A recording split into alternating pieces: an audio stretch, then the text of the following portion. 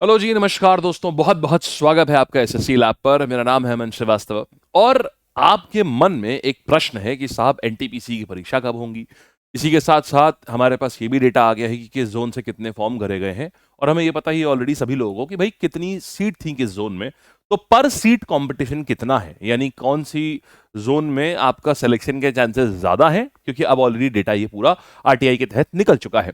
तो इस वीडियो में हम इस पूरी चीज का एक बार विश्लेषण करेंगे और एग्जाम डेट कब है इसके बारे में भी हम आपको पुख्ता तरीके से बताएंगे ये क्या कहानी है इसकी। ठीक है दोस्तों, शुरू करते हैं। बालक लोग बहुत ध्यान से देखना पूरी वीडियो को, मुश्किल से 10 मिनट में जानकारी बहुत हासिल कर लोगे।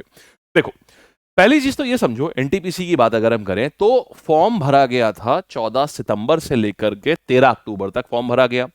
अभी मैं सिर्फ ग्रेजुएट वाले की बात कर रहा हूं, अंडर ग्रेजुएट वाले की बात नहीं कर रहा हूं, जिसकी योग्यता स्नातक थी। अभी 12th वाले की बात नहीं कर रहा हूं। तो अगर मैं 12th वाले की बात करूं, क्योंकि बिल्कुल इसी अनुसार आपका 12th वाला भी चलेगा, तो हमारे पास 8113 पद हमारे पास में आ गए।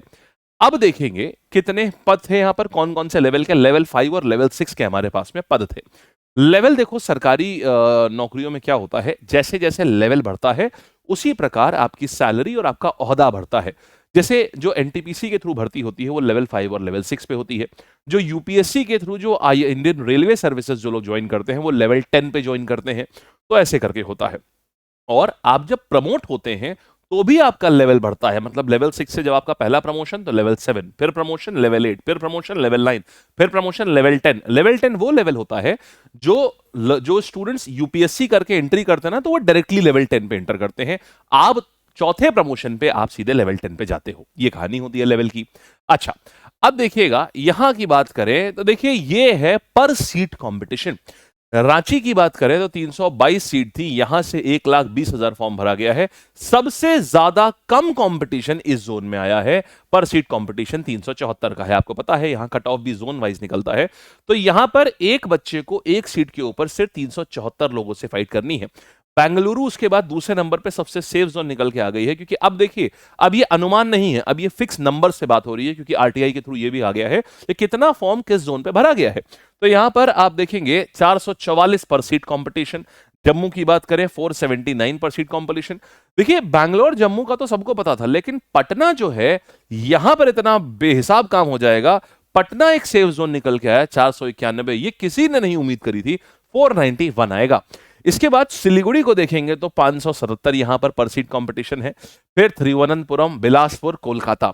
अच्छा, बैंगलोर और जम्मू को तो उम्मीद थी, लेकिन ये उम्मीद बहुत ही कम लोगों की थी कि रांची निकल के आ जाएगा इतना सेफ। और रांची और पटना दोनों ही सेफ जोन, मतलब सबसे कम कंपटीशन के जोन में आ जाएंगे। ये बिल्कुल ही कहानी पलट गई इस बार। अच्छा, उसके बाद आप देखिएगा, अगर हम डिफिकल्ट जोन की बात करें तो यहां आते हैं नीचे। अगर आप देखेंगे तो गुवाहाटी जोन, जो सो कॉल्ड सेफ जोन मानी जा रही थी, वो एक डेंजर जोन में आ चुकी है। 885 पर सीट कंपटीशन है। आपको याद होगा एनटीपी हम लोगों ने ग्रुप डी के लिए जब वीडियो बनाया था, तो ग्रुप डी में बताया था कि ध्यान रखना यार, ये जो मानी जाती है ना सेफ जोन, कई बार वो डेंजर जोन में तब्दील हो जाती है। एनटीपीसी में देखिए वही चीज हुई है।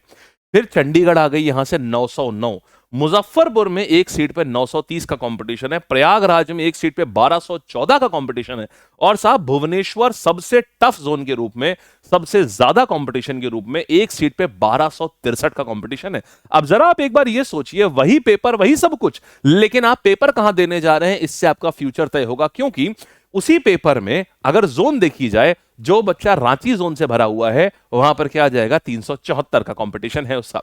और इसी तरीके से जो बच्चा भुवनेश्वर जोन से भरा हुआ है उसका कंपटीशन कहां पे है, 1263। देखा जाए तो 3-3.5 गुना से भी ज्यादा कंपटीशन सिर्फ जोन चूज करने पर, 3-3.5 गुना से भी ज्यादा कंपटीशन है। तो ये तो हो गई जोन की बात। अब पहले तो आप लोग कमेंट करके बताइएगा कि आप कौन सी जोन में हो। सभी लोग बताइएगा, जो जो वीडियो देख रहे हो पहले वीडियो को एक बार पॉज करो और आप बताओ आप कौन सी, आप रेड जोन में हो, ये रेड जोन है, ऊपर वाली व्हाइट जोन है जिसमें कलर नहीं है, और ये ग्रीन जोन है। आप में से कौन लोग हैं जो ग्रीन जोन में है, कौन व्हाइट जोन में है और कौन रेड जोन में है। आप टेंशन न लीजिए, आप में से जो रेड जोन में है ना, आपके लिए भी ऐसी बेहतरीन स्ट्रैटेजी हम बताएंगे ना आगे के वीडियोस में कि आपको रेड जोन भी सीधे आप ये हरियाली निकालते हुए निकलेंगे। यहां से भी आप सिलेक्शन बेहतरीन तरीके से लेंगे। एक काम करना बालक लोग, जरूर से चैनल को पहले ही सब्सक्राइब कर लीजिएगा, तुरंत अभी ही। इसके बाद बहुत ही प्यारे प्यारे वीडियोस आपको एनटीपीसी एग्जाम के लिए, इसकी तैयारी के लिए, इसकी फुल प्रूफ स्ट्रैटेजी कि आप जो इतनी मेहनत करते हुए आए ना, वो जोन आपकी खराब नहीं करने पाएगी। ये मेरी जिम्मेदारी है पूरी तरीके से, और आप पक्का से आप इसको बेहतरीन तरीके से, आप जो कहा जाएगा अगर आप कर रहे हैं ना, आप इस एग्जाम को निकालेंगे। तो सभी बच्चे पहले तो वीडियो को लाइक करके चैनल सब्सक्राइब जरूर कर लेना, ताकि आगे की जो मैं स्ट्रैटेजी वीडियोस लेकर के आऊं, ये आपको एकदम बेहतरीन तरीके से आप इसको नोटिफिकेशन पहुंच जाए। और ये मेरे ऊपर छोड़ दो कि कैसे आपकी लाल जोन में से भी सीधे हरियाली निकालनी है ना, ये आप मेरे ऊपर छोड़ दीजिए। ठीक, बस आप अपने आप को सीधा सौंप दीजिए, मेहनत से सौंपिए, बाकी तन मन धन से नहीं, सीधे मन और मेहनत से सौंप दीजिए हमें, खत्म कहानी। आइए अब देखते हैं। तो ये हमने देख लिया जोन, नीचे आप लिखिएगा क्या है। अच्छा, ओवरऑल बात करें तो 720 मोटा मोटा 719 हमारे पास पर सीट कंपटीशन आ रहा है। जरा एक बार पिछले एनटीपीसी से कंपेयर करते हैं, पिछली बार क्या था। देखो, एनटीपीसी 2019 का जरा थोड़ा पोस्टमार्टम किया जाए। 19 में हमने देखा था कि यहां पर कुल मिलाकर के 12वीं और स्नातक का देखो साथ में फॉर्म भरा गया था। पिछली बार अलग अलग नहीं फॉर्म भरे गए थे, इस बार अलग अलग फॉर्म भरे गए हैं, अलग अलग इनका टीयर 1 भी होगा। तो पिछली बार कुल मिला के अगर हम फॉर्म की बात करें तो देखो, पिछली बार 35,000 पद थे, इस बार पद बहुत कम है, 11,000 पद आ गए हैं इसकी तुलना में। तो टोटल फॉर्म 1,37,00,000 भरे गए थे। अब देखिए, इस बार संख्या फॉर्मों की 3 गुना, मतलब इस बार पोजीशन 3 गुना कम है, लेकिन फिर भी दोनों मिलाकर के 1.25 करोड़ फॉर्म भरे गए हैं, 1,27,00,000 के करीब फॉर्म भरे गए हैं। तो अब आप ये समझ ले कि कंपटीशन में कमी, लोगों ने उतने ही फॉर्म भरे हैं, भले सीट यहां कमाई है 3 गुना फिर भी। तो पर सीट कंपटीशन पिछली बार की बात करें तो 389 था, तो इस बार का पर सीट कंपटीशन लगभग लगभग इसका थोड़ा दुगना के करीब आ रहा है, 1.78 गुना के आसपास आ रहा है। अच्छा, फिर और बात करते हैं जरा, देखिएगा पिछली बार की जरा परीक्षा देखिएगा। पिछली बार की परीक्षा 6 महीनों से भी ज्यादा में, 7 महीनों में जाके संपन्न हुई सर, लेकिन बीच में तो कोरोना आ गया था। बिल्कुल सही है मेरे दोस्त, कोरोना आ गया था, लेकिन कोरोना से पहले ही यहां पर टोटल हुआ 7 शिफ्टों में यह परीक्षा कराई गई। 6 शिफ्टें 8 अप्रैल तक शेड्यूल थी और 23 मार्च को लॉकडाउन लग गया था, जिस कारण से इसकी 5 पालियां जो हैं वो पहले ही करा ली गई थी। माने 5 पालियां कराने में भी 3 महीने का समय लगा था। अब आप ये सोचिए, इस बार भी जो एग्जाम होगा वो 7 पालियों से कम में नहीं होगा, क्योंकि अच्छा, अब की और ज्यादा पालियां होंगी। क्यों? क्योंकि देखिए, पिछली बार जो एग्जाम कराया गया था, ध्यान से सुनिएगा, पिछली बार का जो एग्जाम कराया गया है उसमें प्रीलिम्स ये आपका दोनों का, यानी कि स्नातक वालों का और 12वीं वालों का, ये साथ में लिया गया, तो एक ही एग्जाम देना है। अब की क्या हुआ है आप जानते हैं, बच्चे जो होते हैं वो 12वीं का भी फॉर्म भरते हैं और ग्रेजुएशन वाले दोनों फॉर्म भर देते हैं। अब उससे होगा क्या, अब की उनको एक प्रीलिम्स करा के छुटकारा नहीं मिलना है, अब की उन्हें 2-2 बार प्री कराने पड़ेंगे। जो प्री का इसका आपका ग्रेजुएशन का अलग कराएंगे और उसके बाद 12वीं का अलग कराना पड़ेगा उनको। तो अब की उनको 7 पालियों में काम नहीं, कम से कम 12 पालियां लगेंगी। भाई 12, जब पिछली बार आप करा रहे थे 7 पालियों में, मैं कहता हूं कोविड को अगर हम देख लें कि कोविड के पहले कितना हुआ था, तो भी 3 महीने लग गए आपको एग्जाम कराने में। तो साहब इस बार जब 12 महीने, जब आप 12 पालियों में कराना पड़ेगा, 10 से 12 पालियों में, तो कम से कम 3 से 4 महीने आप एग्जाम लेकर के जाएंगे। यानी 1.25 करोड़ बच्चे का एग्जाम अगर आपको लेना है, तो मैं कहता हूं 4 महीने नहीं, अगर ये कम से कम गए, इन्होंने अपनी तैयारियां बहुत अच्छी भी कर ली, तो भी इनको कम से कम 2.5 से 3 महीना लगेगा ही लगेगा पेपर करवाने में। यानी अगर ये पेपर की शुरुआत आज भी कर देना, तब भी इनको जून तक का समय लग जाएगा। हालांकि पेपर कब होगा अभी हम इस पे भी आएंगे, और बहुत ही थॉट पूर्वक विश्लेषण रहेगा कि हर कोई भी चीज हवाई में नहीं। हम इसीलिए इंतजार कर रहे थे, अभी बहुत सारे वीडियोस आपने देखे होंगे, एग्जाम कब होगा, एग्जाम कब होगा। मैंने इसीलिए अभी तक कोई भी वीडियो नहीं बनाया था। मेरे पास जब तक कंप्लीट डेटा नहीं आ जाता तब तक हम वीडियो को नहीं बनाते, क्योंकि वीडियो में जल्दी बनाने से पहले ज्यादा महत्वपूर्ण होता है कि सही बनाई जाए, चीज जल्दबाजी नहीं, चीज सही वाली करी जाए। अच्छा, अब देखिएगा यहां पर, तो अब आप समझिएगा टोटल 133 शिफ्ट लगी थी। अब आप ये सोचिए, कभी 2 शिफ्ट कभी 3 शिफ्ट, इस बार इनको हर दिन 3 शिफ्ट करानी होगी, तब जाकर के ये 3 महीने में एग्जाम खत्म कर पाएंगे। अच्छा, अब देखिएगा, फिर स्टेज 2 परीक्षा उनकी काफी डिले हो गई थी, और ये फाइनल जो डीवी हुआ इसमें 4 साल लग गए। इसमें फिर काफी धरना प्रदर्शन होने लगा था, फिर काफी कोर्ट भी भर्ती लटक गई, लंबी लटक गई। 2023 में इसका डीवी शुरू हुआ था, यानी अब आप देखिए 19 की भर्ती निकली थी, 19, 20, 21, 22, 23। भाई साहब, जिसने उस समय जो एग्जाम देने गया उसके 5 साल लटक लिए, सीधे सीधे 5 साल। हालांकि इस बार रेलवे बोर्ड बहुत तेजी से काम कर रहा है, बहुत बढ़िया काम कर रहा है, फिर भी देश का इंफ्रास्ट्रक्चर तो उतना ही है, अरे कंप्यूटर लैब तो उतनी ही है।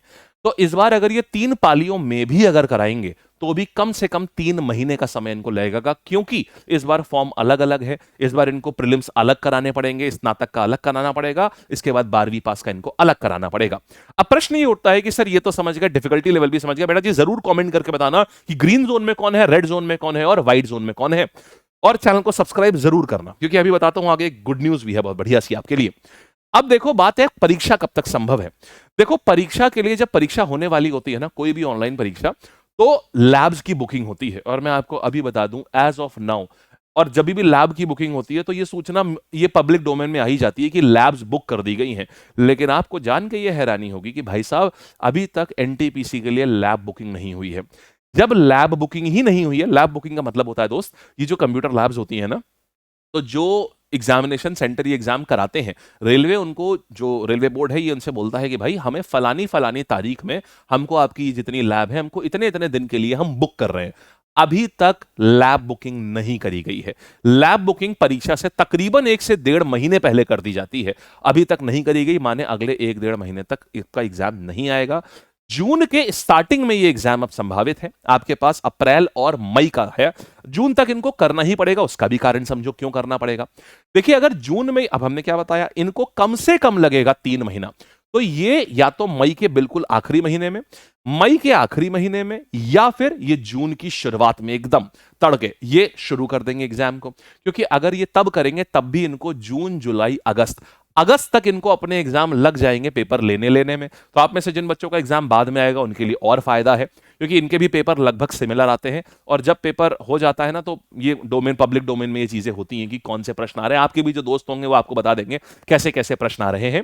तो अच्छा, दूसरी बात समझो, है क्या दोस्त, प्रॉब्लम ये आ गई कि एसएससी का कैलेंडर इस बार शिफ्ट हो गया है 2-3 महीने से। नॉर्मली जो एसएससी फरवरी से एग्जाम निकालता था, अब अप्रैल से निकाल रहा है। तो एसएससी अपने एग्जाम कराना शुरू कर देगा जुलाई से। एसएससी अपने एग्जाम लेट नहीं कराता, ये इस बारे में एकदम एसएससी टाइम पे चलता है। अपने एग्जाम थोड़ा बहुत डिले हो सकता है 1 से 2 महीना, लेकिन एसएससी का एग्जाम ऐसे नहीं है कि 6 महीना टल गया।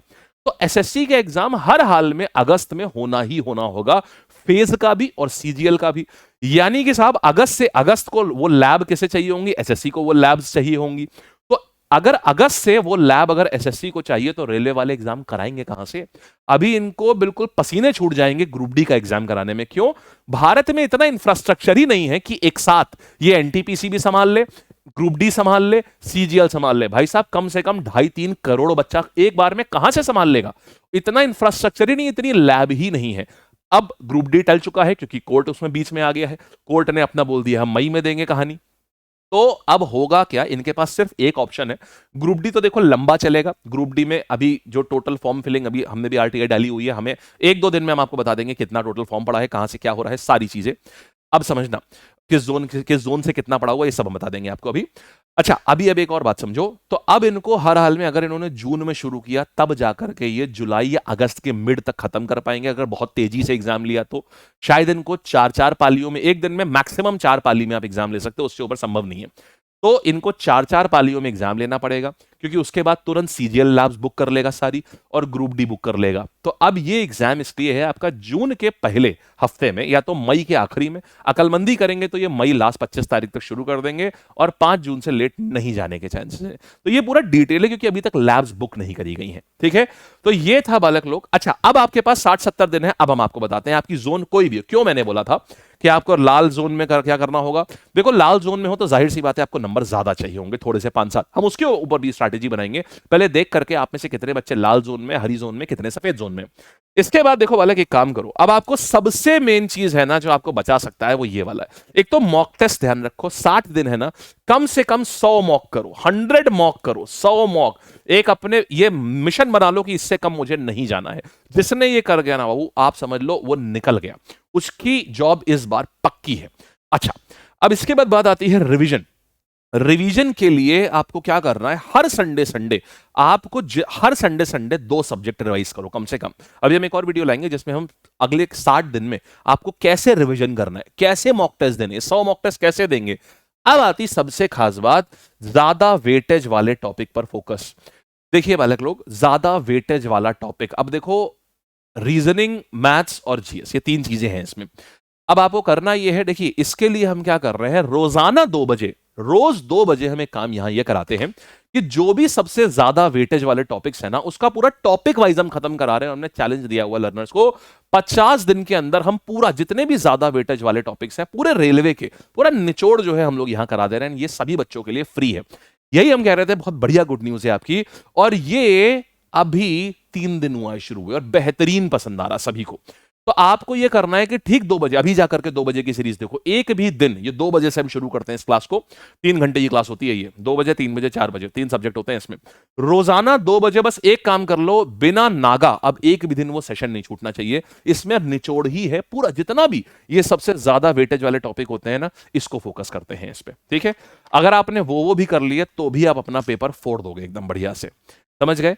तो आप सारे बच्चे जो हैं, ये इसीलिए मैं कह रहा हूं कि अब एक तो रेगुलर हो जाना, बिल्कुल अपने मतलब आलस से त्याग दो अपना पूरी तरीके से, एकदम अपने आप को झोंक दो, अपना मिशन मान लो कि यार मुझे जीतना ही जीतना है। और जिस प्रकार से जब किसी युद्ध भूमि में घुसा जाता है ना, तो एकदम यलगार होती है, वॉर क्राई जिसको बोलते हैं युद्ध की ललकार। तो आपको बिल्कुल उस एनर्जी के ऊपर अब जाना है और आपको यह मान के चलना है, मुझे इसी बार निकालना है और मैं निकालूंगा इसी बार। अपने आप से ये प्रण ले लो, एक भी दिन का नागा मत करना। जिस समय ये वीडियो देखो उसी दिन से 2 बजे का टाइम याद रखना, आपको उसको देखना है पूरा का पूरा। समझ गए आप? बेहतरीन तरीके से आपका रिवीजन भी हो जाएगा और आपको इसी के साथ साथ ये भी आपको टॉपिक भी हो जाएगा। रिवीजन के लिए बेटा जी हम मैगजीन दे रहे हैं, फ्री मैगजीन। आप हमारे टेलीग्राम पे जाओगे, मेरा टेलीग्राम नीचे डिस्क्रिप्शन में दिखेगा, आपको पूरी लिस्ट मिलेगी कैसे कैसे हम रिवीजन के नोट्स दे रहे हैं। उसमें हम, क्योंकि आप लोगों के नोट्स थोड़े टूटे टाटे होते हैं, वो भी फ्री है बच्चे। आप मेरे टेलीग्राम पे जाओ, आपको मेरे टेलीग्राम पे आपको रिवीजन नोट्स की पूरी मिलेगी कि हम कैसे कैसे कब कब किस किस टॉपिक का नोट देंगे, पूरे टॉपिक वाइज दे रहे हैं उसमें। तो उसको जाकर के टेलीग्राम को ज्वाइन कर लो, बेहतरीन चीजें आपको मिल जाएंगी। समझ लो गोल्ड माइन है वो, सोने की खदान है वो। 1,70,000 60,000 के आसपास स्टूडेंट्स हैं, आप वहां जाके उसको ज्वाइन कर लो, सारी चीजें आपको मिलेंगी वहां पर। ठीक है, और इसके बाद भी कोई भी डाउट है ना, नीचे कमेंट करो, अपनी पूरी बात बताओ कि सर मैं इस चीज में कमजोर हो रहा हूं, मुझे ये मदद चाहिए, ये मदद चाहिए। बेहतरीन तरीके से एक एक चीज हम करेंगे, लेकिन तुम्हारी तरफ से मैंने क्या बोला कि बस मन और मेहनत इससे हमारे साथ हो जाओ, उसके बाद तुम्हें निकालवाना मेरी जिम्मेदारी। ठीक है जी, चलो बच्चा लोग, कैसा लगा ये जरूर बताना नीचे कमेंट करके, ये पूरा विश्लेषण।